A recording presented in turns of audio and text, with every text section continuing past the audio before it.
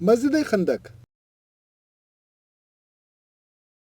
غزوہ احد میں مشرکین نے مسلمانوں کو بہت نقصان پہنچایا، مگر وہ جانتے تھے کہ اسلام تیزی سے پھیل رہا ہے۔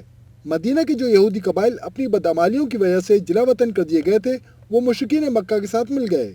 اس طرح ایک بہت بڑا لشکر تیار ہو گیا اور 2 سال تیاری کے بعد مدینے پہ حملے کے لیے روانہ ہو گئے۔ حضور پاک صلی اللہ علیہ وآلہ وسلم کو علم ہوا تو صحابہ کرام رضی اللہ تعالیٰ عنہ کو مشورے کے لیے بلایا۔ اتنی بڑی تعداد کا مقابلہ کھلے میدان میں کرنا مشکل تھا۔ حضرت سلمان فارسی رضی اللہ تعالیٰ عنہ نے رائے دی کہ ایران میں جنگی حکمت عملی کے مطابق شہر کے گرد خندق کھود کر اندر رہ کر دشمن کا مقابلہ کیا جائے۔ آپ صلی اللہ علیہ وآلہ وسلم نے تجویز سے اتفاق کیا۔ مدینے کے 3 اطراف میں باغات اور محلے تھے جن کی حد بندی دیوار سے کی گئی تھی۔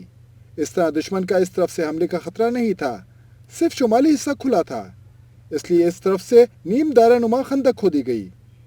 رسول اللہ صلی اللہ علیہ وآلہ وسلم اور صحابہ کرام رضی اللہ تعالیٰ عنہ نے خندق کھودنے کے لیے کام میں حصہ لیا اور بھوک و پیاس کی شدت برداشت کی۔ دشمن کا لشکر جب مدینے کے قریب پہنچا تو خندق دیکھ کے حیران رہ گیا، کیونکہ اہل عرب کے نزدیک یہ نئی چیز تھی۔ دشمن خندق کے نزدیک آنے کی کوشش کرتا تو تیر اندازی کی جاتی، کوئی خندق تک پہنچتا تو شمشیر سے مار دیا جاتا۔ اللہ تعالیٰ نے مسلمانوں کو فتح عطا کی۔ اس جنگ کو جنگ خندق یا جنگ احزاب کہا جاتا ہے۔